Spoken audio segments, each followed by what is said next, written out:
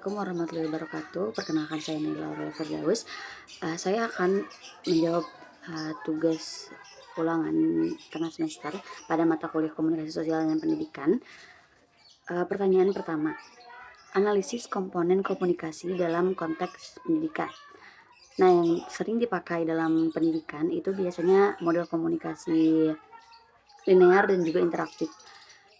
Seperti yang dikatakan Shannon dan juga Weaver, model ini melibatkan komponen-komponen yang saling terikat. Nah, model ini memastikan pesan dapat disampaikan dan dipahami. Nah, 5 komponennya adalah yang pertama, komunikator atau sender, individu yang mengirimkan pesan.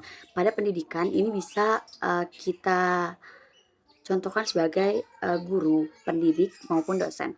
Lalu yang kedua ada pesan atau message, isi format atau sesuatu yang akan disampaikan oleh komunikator seperti pembelajaran atau informasi-informasi lainnya. Lalu yang ketiga ada saluran atau channel. Saluran atau channel itu biasanya adalah sesuatu yang media yang digunakan untuk menyampaikan pesan seperti lisan, gambar, tulisan, buku, atau handphone. Nah, yang keempat ada komunikan atau receiver, yaitu adalah penerima pesan seperti murid, mahasiswa, siswa, dan yang lainnya. Lalu yang kelima ada feedback. Feedback atau respon dari komunikan kepada komunikator. Seperti kayak contohnya seperti kayak, iya Bu, paham Bu, gitu. Nah, pertanyaan kedua yaitu adalah tujuan dan fungsi komunikasi sosial. Tujuan utama komunikasi sosial adalah membangun dan mempertahankan hubungan antar individu atau kelompok, serta memfasilitasi pertukaran informasi, emosi, dan nilai-nilai untuk mencapai pemahaman bersama. Mencakup pengetahuan, mempengaruhi perilaku, dan juga memperkuat ikatan sosial. Nah, 3 fungsi utamanya adalah fungsi informatif, fungsi persuasif, dan sosialisasi. Fungsi informatif adalah menyampaikan fakta, data, atau pengetahuan untuk meningkatkan pemahaman seperti berita atau laporan ilmiah. Lalu yang kedua ada fungsi persuasif, mempengaruhi pendapat atau tindakan orang lain, misalnya kayak iklan, kampanye politik. Lalu yang ketiga ada fungsi sosial, yaitu membantu individu belajar norma, nilai, dan peran sosial, kayak pendidikan, keluarga, dan interaksi antar teman. Lalu yang pertanyaan nomor 3, perbedaan dan pentingnya komunikasi intrapersonal dengan interpersonal. Nah, komunikasi intrapersonal adalah proses komunikasi internal dengan diri sendiri. Jadi kayak ngomong dalam hati gitu kan.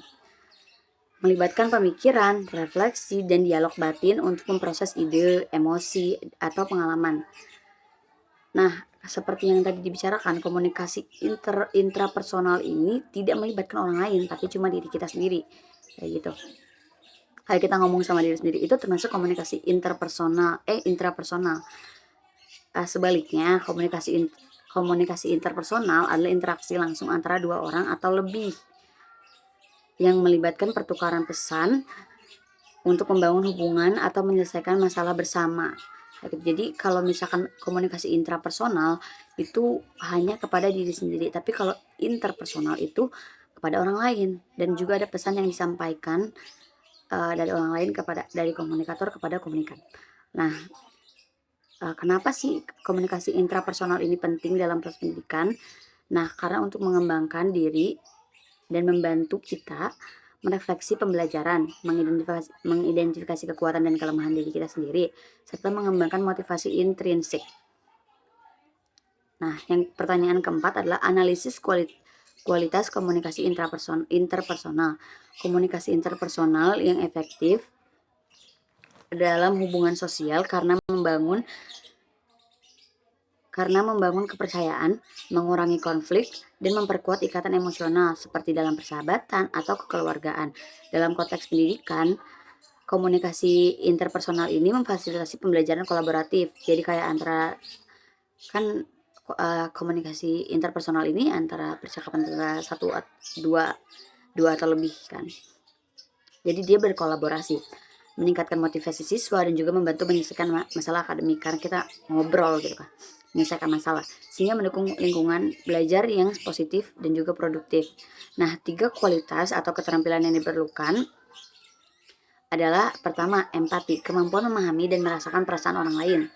Seperti kayak kita tuh kenapa sih dia ngambil ini gitu, kenapa dia nggak ngambil yang kayak kita. Nah, kita tuh harus memahami itu lewat empati. Nah, yang kedua ada active listening, itu adalah mendengarkan secara penuh, mendengarkan dengan fokus dan juga tanpa gangguan, agar kita dapat memberikan respon yang juga bagus, yang sesuai apa yang dia mau, yang informasi yang dia berikan kita tangkap dengan baik, sehingga kita dapat memberikan respon yang juga relevan dengan informasi yang dia berikan. Nah, yang ketiga ada keterbukaan atau kejujuran. Nah, berkomunikasi secara transparan dan jujur tanpa kebohongan. Jadi kita kalau misalkan emang kejadiannya A, kita harus bilang A, jangan kita bilang B. Nah, pertanyaan yang keempat, yang kelima atau yang terakhir adalah dinamika dan peran dalam komunikasi kelompok. Komunikasi kelompok melibatkan interaksi beranggota, kan? Antara ini lebih dari 2 orang, biasanya 3 sampai mungkin lebih dari 10 orang. Untuk mencapai tujuan bersama dengan karakteristik utama seperti saling ketergantungan, norma kelompok, dan dinamika yang kompleks. Nah, komunikasi kelompok itu berbeda sama komunikasi interpersonal karena melibatkan lebih dari 2 orang kan, karena kelompok. Sehingga muncul dinamika seperti pembagian peran, konflik kelompok, dan juga pengaruh mayoritas yang tidak ada dalam interaksi satu lawan satu. Komunikasi kelompok lebih fokus pada kolaborasi dan konsensus, sedangkan interpersonal lebih personal dan langsung. Nah, pada komunikasi kelompok ini juga kan tadi seperti yang sudah dijelaskan, komunikasi kelompok ini juga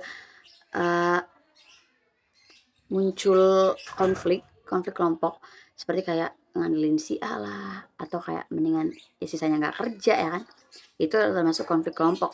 Nah, 3 peran yang sering muncul dalam interaksi kelompok itu ada task leader atau memimpin tugas, kayak ini tuh kayak yang ngatur-ngaturnya kayak ketua kelompok. Lalu yang kedua ada socio-emotional leader atau menjaga harmoni emosional, mengurangi konflik, dan membangun motivasi kelompok. Ini biasanya tim yang kayak gue ikut aja deh gitu, karena biasanya kayak so-so. Yang ketiga ada information giver atau menyediakan data atau pengetahuan relevan untuk mendukung diskusi. Biasanya ini yang kayak gue aja yang nyari-nyari gitu. Segitu saja. Nah, terima kasih. Wassalamualaikum warahmatullahi wabarakatuh.